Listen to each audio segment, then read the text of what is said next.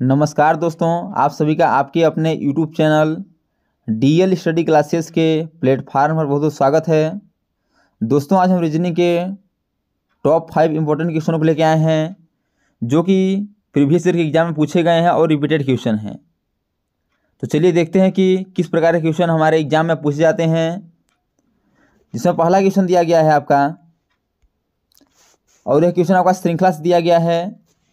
Question है कि नीचे दी गई श्रृंखला में प्रश्न चिन्ह के स्थान पर कौन सी संख्या आएगी। आपको एक श्रृंखला दिया गया है और बताना है कि इस क्वेश्चन मार्क की जगह पे कौन सी संख्या आ जाएगी। तो यदि श्रृंखला दिया गया है तो पहले इनके बीच का हम अंतर देखते हैं। तो 3 से 5 हुआ यानी 2 का अंतर है। 5 से 6 हुआ यानी 1 का अंतर है। 6 से 12 हुआ यानी 6 का अंतर हुआ। 12 से 12 हुआ 1 का अंतर हुआ। इसी प्रकार 24 से 26 हुआ यानी 2 का अंतर हुआ। ये देखते हैं कि इसमें अंतर देखें तो 2, 1, 6, 1, 2 यानी इसमें कोई पैटर्न नज़र नहीं आ रहा है, कभी बढ़ रहा है तो कभी घट रहा है। यदि इस प्रकार का पैटर्न दिखता है तो हम इस प्रकार के क्वेश्चन को एक संख्या को छोड़ के देखते हैं। तो चलिए एक संख्या का अंतर देख करके हम देखते हैं कि इसका पैटर्न क्या है। तो यदि एक संख्या का हम अंतर करेंगे तो 3 से 6 हुआ यानी 3 दूना 6 गुणे 2 हो गया। 6 से 12 हुआ यानी यहाँ भी गुणे 2 होगा। और 12 से 24 हुआ यहाँ भी गुणे 2 हुआ यानी कि इसमें गुणे 2 हो रहा है।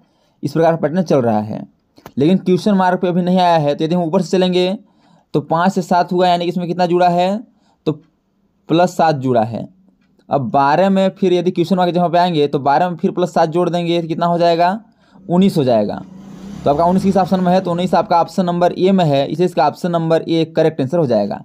यदि आगे देखना चाहें तो फिर हम 19 में यदि 7 जोड़ देंगे तो आपका 26 आ जाएगा, जो कि 26 आपका दिया गया है, इसलिए इसका option number A correct answer हो जाएगा 19।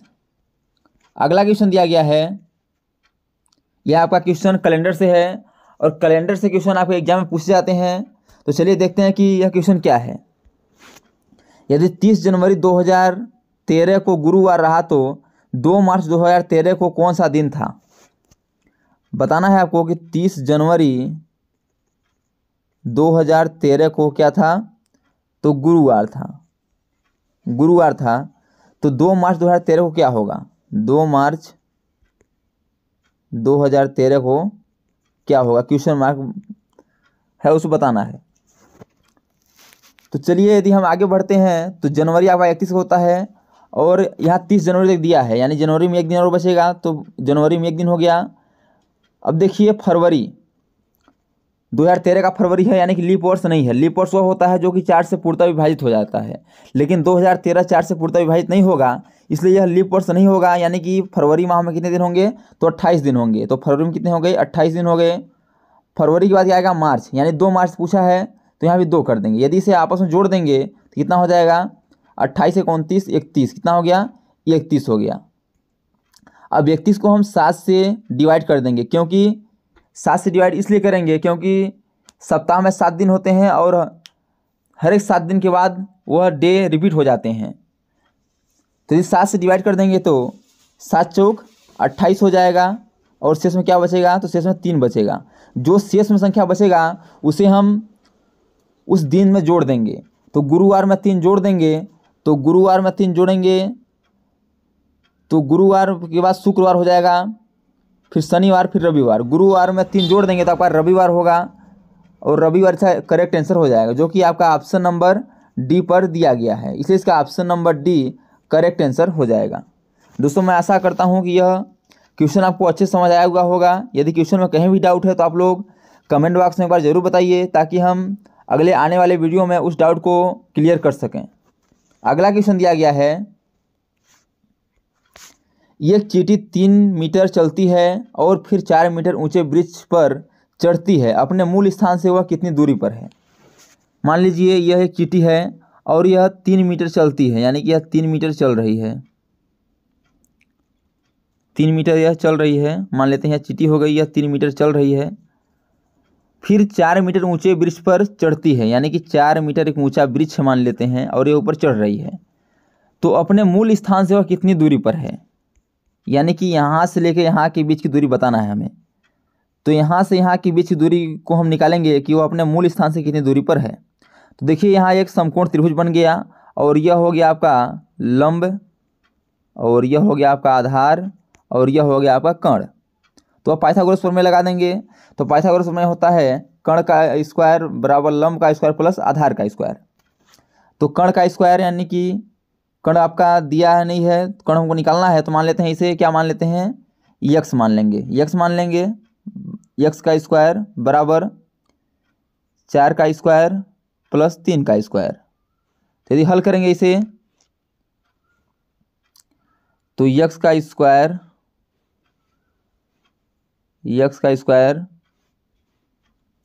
बराबर 4 चौक 16 प्लस 9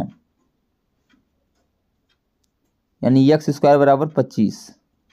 यक्स स्क्वायर बराबर 25। तो स्क्वायर हटा देंगे तो अंडर रूट में आ जाएगा। तो आपका हो जाएगा यक्स बराबर अंडर रूट 25 यानी कि 5 का स्क्वायर होता है तो यक्स बराबर कितना आ जाएगा 5।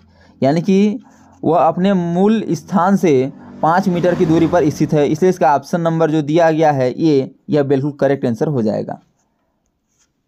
अगला दिया गया है जो कि आपका वेन आरेख से क्वेश्चन है कि नीचे दिए गए प्रश्न का सही वेन आरेख बताइए। घोड़ा बंदर बाघ, हमें बताना है घोड़ा बंदर बाघ का वेन आरेख क्या हो जाएगा। बहुत से स्टूडेंट सोचते हैं कि बाघ सबसे बड़ा है, फिर उससे छोटा घोड़ा है, फिर उससे छोटा बंदर है, तो इसको इस प्रकार बनाने लगते हैं, सबसे बड़ा बनाए देंगे फिर से छोटा फिर से छोटा, लेकिन यह गलत है।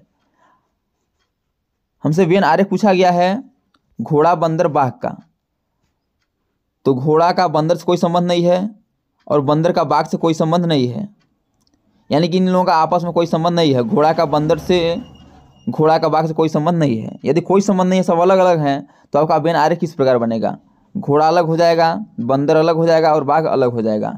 इस प्रकार आपका ऑप्शन नंबर बी में दिया गया है, यह आप उसका option number B correct answer हो जाएगा। अगला क्वेश्चन दिया गया है कि नीचे दी गई श्रृंखला में अगला संख्या क्या होगा। आपको एक श्रृंखला एक जो दिख रहा है यह बहुत ही बड़ा संख्या दिया गया है और स्टूडेंट क्या करते हैं, इस बड़े संख्या को देख के छोड़ देते हैं, लेकिन हमें छोड़ना नहीं है, हमें प्रयास करना है कि इसका आंसर क्या होगा। तो चलिए देखते हैं कि इसे हम यदि ध्यान से देखते हैं तो एक पैटर्न नज़र आता है। क्या दिया गया है 5 8 9 6 5 4 2 3 7, यह आपका पहले में दिया गया है। दूसरा हम देखते हैं तो 8 9 6 5 4 2 3 7, यानी कि जो 5 है इसको हटा दिया गया है और पूरे संख्या को लिख दिया है। ये तीसरे में देखते हैं तो क्या किया है कि 8 9 6 5 4 2 3, यानी कि इस संख्या को यहाँ तक लिखा है और 7 को हटा दिया गया है। यानी कि पहले क्या किया है, शुरू के संख्या को हटाया है पहले में, फिर क्या किया है अंत के संख्या को हटाया है। फिर देखते हैं कि इसमें क्या किया है, तो 9 6 5 4 2 3, यानी इसमें भी फिर शुरू के संख्या को हटा दिया गया है। अब अगला पूछा है तो इसमें पैटर्न क्या आ रहा है, पहले शुरू का संख्या हटा रहा है फिर अंतिम का संख्या हटा रहा है। तो पहले शुरू का संख्या हटाया है, फिर अंतिम का संख्या हटाया है, फिर शुरू का संख्या हटाया है, तो अब फिर क्या करेगा, अंतिम का संख्या हटाएगा। तो आपका हो जाएगा 9 6 5 4 2, यानी कि 3 हट जाएगा तो क्वेश्चन मार्क की जगह पे आ जाएगा 9 6 5 4 2, जो कि आपका ऑप्शन नंबर डी पर मौजूद है, इसलिए इसका option number D correct answer हो जाएगा। आपको ध्यानपूर्वक देखना है तो एक पैटर्न नज़र आ रहा है कि पहले शुरू का संख्या हटाया है और फिर अंतिम का संख्या हटाया है। देखिए पहले शुरू का संख्या हटा के इतना लिख दिया है, फिर इस संख्या में अंतिम का संख्या हटा के इतना लिख दिया है, फिर इसमें शुरू का संख्या हटा के इतना लिख दिया है और फिर आगे लिखेंगे तो अंतिम का संख्या हट जाएगा। तो 9 6 5 4 2 करेक्ट आंसर हो जाएगा, जो कि आपका ऑप्शन नंबर डी पर मौजूद है। तो दोस्तों मैं आशा ही नहीं पूर्ण विश्वास करता हूँ कि यह सभी क्वेश्चन आपको अच्छे समझ आए हुए होंगे। यदि क्वेश्चन में कहीं भी डाउट है, जहाँ भी समझ नहीं आया हुआ है, तो आप लोग कमेंट बॉक्स में बताइए, ताकि आने वाले वीडियो में हम उस डाउट को अच्छे से क्लियर कर सकें। तो दोस्तों इसी प्रकार के ऑल गवर्नमेंट एग्जाम में पूछे जाने वाले रीजनिंग जीके जीएस के क्वेश्चनों को पाने के लिए हमारे यूट्यूब चैनल को लाइक शेयर सब्सक्राइब कर बेल आइकन को प्रेस करना न भूलिएगा, ताकि जब भी नई वीडियो अपलोड हो सबसे पहले नोटिफिकेशन आप तक पहुँचे। तो आज तक के लिए इतना ही, मिलते हैं नेक्स्ट वीडियो में, तब तक के लिए जय हिंद, वंदे मातरम।